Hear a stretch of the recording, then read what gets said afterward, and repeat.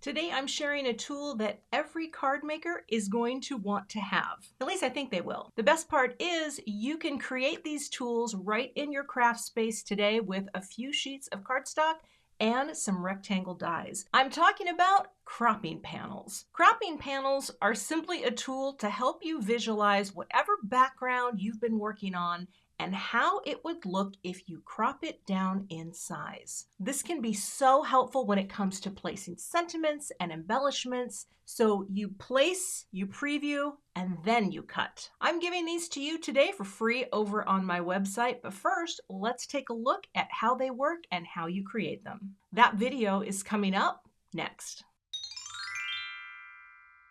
So what is a cropping panel? Well, it's something that looks like this. And why would a card maker want this? Well, it's so that you can actually figure out the perfect cut and crop of any design that you've created that's large, like a large bloom or a blended background with a pattern. It will show you how it will look when you crop something. And I like to use a neutral cardstock that doesn't clash with anything that I've designed, and that's why I'm doing mine today on craft cardstock. You can also be working with your greetings and figuring out what might be the best arrangement. And this is just a tool that will help you visualize the finished panel. So let me show you what the printables look like that I'm giving away for free today. Here is what the printouts look like when you get them, and I am working with common die sizes that often come in a nested die set, and the most common ones that you can work with. So on this, you will print it on your favorite neutral cardstock. I just printed this on my inkjet printer. The file is a PDF file that should be able to be opened on any computer, and here are the directions for trimming. Let me cut one to show you how to do it. Bring in your paper trimmer, and here what you're going to do is turn the page and trim off 1.5 inches, which will bring you over here to 7, and cut. Then you rotate and trim at 5.5. And this gives you your 2 panels that you are going to die cut your sized rectangle out of the center. Let me do the others and then we'll cut with the dies. You with me? Okay, let's keep going. Once you have your printouts, we're gonna take one, pop it down, and I'm using my 4 by 5 1/4 die. I do not know where my larger one is, which is the 4 1/4 by 5, but I just figured these are more crop sizes. So we're gonna pop this here, place it, kind of right in the center as you will. Pop on your plate, and we're gonna run this through the die cut machine.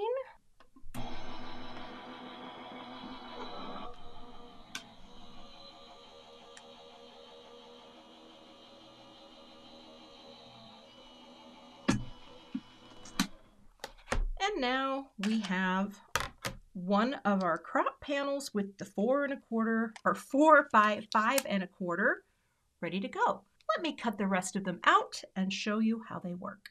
Now I have a cascading little arrangement of cropping panels that are going to show me what different sizes would look like before I cut. Let's put them to work. Once you have something created, and again, I've done this on a full sheet of 8.5 by 11. You would not need to do that, but I just wanted to show you how, let's say I'm going to go with one of my favorite crop sizes, which is 3 3/4 by 5. Then you can really decide, like, do I want to just have that portion right there? And again, you can bring in any greetings you have. I have some leftover pieces that I cut from a previous card, and you can visualize how your panel will look. I think card makers are very visual people, right? We like to envision what the final design will look like, and cropping panels can help you really see that before you cut any cardstock that you've painstakingly put together. I mean, that right there, that's a beautiful panel. And then once we cut it, right, we can go ahead and grab the coordinating size, which is it this one, the 3 3/4? Now I gotta go up one, There we go. You get your coordinating die, you can say that's where it goes, roughly pop it right into place, get it organized, and we can go ahead and trim this down. So I would tape this into place, and then I can go ahead and trim down the sides and cut this piece out to finish the card. And depending on how you trim your paper down, you may be able to get 2 panels. And again, this would work with any large image that you have spent time creating. Now, and again, I don't know if this would work, but I could bring in my smallest panel and see, and you know what? You actually could get a second card out of that crop right there. So keep in mind, when you create on bigger pieces of paper, as long as you can get it through your die cut machine, right, then you can create more than one card. And here is my finished card that shows that crop placed onto a coordinating piece of cardstock and the greeting, and that is done. Let me show you one more example with a large image to crop down. Here's another large image that I ink blended, and here I want to see what the smallest would look like, because sometimes it's really cool to bring in the tension on an image, right? You can go larger, of course, to include all of it, but part of why I like having the ability to move something around with different sizes is it lets you experiment and see what a different panel could look like. Sometimes cropping things really brings a wonderful visual tension to your piece. And even though you are sacrificing some of that gorgeous bloomery, if you will, and you might say, no, that's a little too cropped. Let's see what the 3-inch panel looks like, because I want to have some more green in my piece. And again, you can do this just with the dies, but I love the way this will actually let you really see the piece before you commit to the placement. And again, I don't love that placement, but I love the idea maybe that would go down here. Or again, you can come off to this side. What about something like that? Now see, I think that's really pretty too. So it really just gives you some choices about how you can put things together to create cards that are going to work for your style and your aesthetic. Actually like that idea here, this little greeting. So that is the crop that I'm going to take to finish out this card. See how that wide margin makes this look like a picture frame?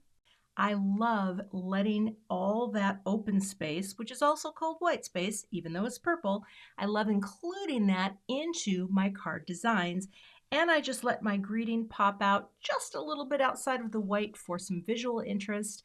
No extra things needed. This card is done. To store your panels when they're not in use, you can take any sort of pocket that you have, tuck them in, and keep them handy for the next time you're creating.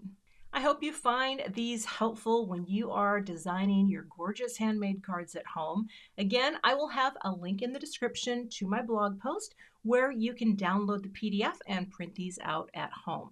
I'll also have a supply list that links all of the products I used to make the pretty backgrounds if you'd like to know that as well. In the meantime, if you want to make more useful tools at home, check out this video right here where I will share one of my favorite tools in my craft room. I use it all the time, and again, you can make one yourself at home. If you're not a subscriber, become one today, and I will see you back here with another card project soon.